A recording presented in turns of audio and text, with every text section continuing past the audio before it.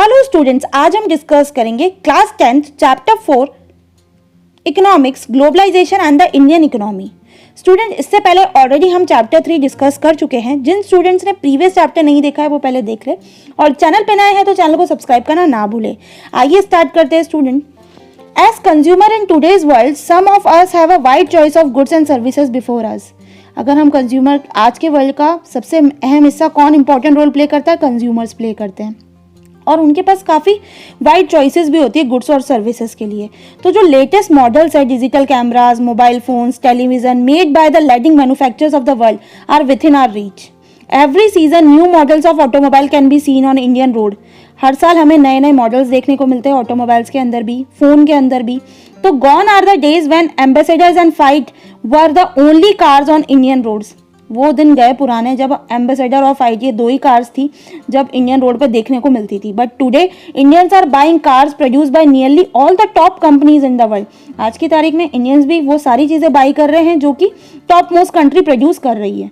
तो similar explosion of brand can be seen for many other goods, from shirts to television to process fruit juices. अब हर चीज़ में हमें क्या देखने को मिल रही है? वैरायटी देखने को मिल रही है। तो such wide ranging choice of goods in our market is a relatively recent phenomena. ये एक बहुत पुराना रिसेंट फिनोमिना है, क्योंकि you wouldn't have found such a wide variety of goods in Indian markets even 2 decades back. अगर हम 2 decades back की बात करें तो हमें इतनी चॉइसेस अवेलेबल नहीं थी हमारे पास। In a matter of years our market have been transformed. लेकिन जैसे जैसे साल चेंज हुए वैसे हमारा मार्केट भी पूरा ट्रांसफॉर्म हो गया। How do we understand these rapid transformation? किस तरीके से समझेंगे हम इसके बारे में? What are the factors that are bringing about these changes? कौन कौन से ऐसे फैक्टर्स हैं जिसकी वजह से ये चेंजेस आए हैं? And how are these changes affecting the lives of the people? और चेंजेस आने की वजह से लोगों की लाइफ क्या इफेक्ट हुआ है? We shall delve all these question in this chapter. इन सब के आंसर्स आपको ये चैप्टर स्टडी करने के बाद क्लियर हो जाएंगे स्टूडेंट्स। फर्स्टली हम देखेंगे प्रोडक्शन अक्रॉस कंट्रीज, मतलब किस तरीके से प्रोडक्शन किया गया बाहर कंट्रीज के साथ। Until the middle of the 20th century production was largely organised within the countries. अगर हम 20th सेंचुरी की बात करें तो प्रोडक्शन सिर्फ अपनी खुद की कंट्रीज में ही ऑर्गेनाइज किया जाता था। What cross the boundaries of these countries were raw material, food stuff and finished products. Colonies such as India exported raw material and food stuff and imported finished goods. जैसे अगर हम बात करें India की, India भी क्या करता था? रॉ मटेरियल तो एक्सपोर्ट करता था, बट जो फूड स्टफ आइटम है, कुछ फिनिश्ड गुड्स है, वो सब क्या किया जाता था? इंपोर्ट किया जाता था। तो trade was the main channel of connecting distant country. अब कैसे पॉसिबल हो पाएगा? बिना ट्रेड के तो पॉसिबल नहीं है। तो this was before large companies called multinational corporation. और ये पॉसिबल कब हुआ? लार्ज कंपनीज, जिनको हम क्या कहते हैं? मल्टीनेशनल कॉर्पोरेशन, MNCs कहते हैं, emerged on the scene. A MNC is a company that owns or control production in more than one nation. MNC वो कंपनी होती है जो क्या करती है? कंट्रोल भी करती है, प्रोडक्शन भी करती है एक से ज़्यादा नेशन के अंदर। और MNC set up offices and factories for production in region where they can get cheap labour and other resources. और ये अपना ऑफिस और फैक्ट्री कहाँ सेटअप करती है? जहाँ इनको चीप अवेलेबिलिटी मिल जाए लेबर की, और बहुत जो रिसोर्सेज चाहिए इनको जनरेट करने के लिए वो ईजिली अवेलेबल हो, ये वहाँ पर अपना ऑफिस सेटअप कर लेती है। And this is done so that the cost of production is low. और ये ऐसा इसलिए किया जाता है ताकि किसी भी चीज़ को बनाने के लिए जो प्रोडक्शन की कॉस्ट लगे वो कम आए। And MNC can earn greater profits.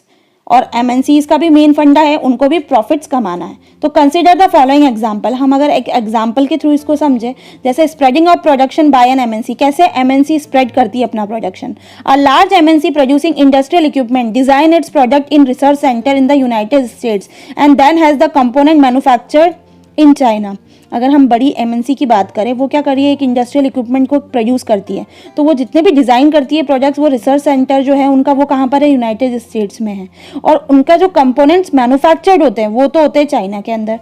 तो these are then shipped to Mexico and Eastern Europe where the products are assembled and finished products are sold all over the world. और इसके बाद assemble होने के लिए शिफ्ट कहाँ किए जाते हैं? मैक्सिको और ईस्टर्न यूरोप के अंदर किए जाते हैं। तो meanwhile the company customer care is carried out through call centre located in India. और उसके अलावा जो कस्टमर केयर का ऑफिसेज है वो कॉल सेंटर कहाँ पर लोकेटेड है? इंडिया के अंदर लोकेटेड है। तो ओवरऑल एक दूसरे से क्या हुआ? कंट्रीज का इंटीग्रेशन हुआ। तो in this example the MNC is not only selling it's finished product globally, but more important the goods and services are produced globally. अगर हम इस एग्जांपल की बात करें तो MNC क्या कर रही है? सेल नहीं कर रही है फिनिश प्रोडक्ट्स, और बल्कि गुड्स और सर्विसेज क्या हो रहे हैं? आपस में ही प्रोड्यूस किए जा रहे हैं, वो भी ग्लोबली। Across the world. तो as a result production is organise in increasing complex way, तो प्रोडक्शन भी किस तरह से ऑर्गेनाइज हो गया, अलग अलग तरीके आ गए हैं।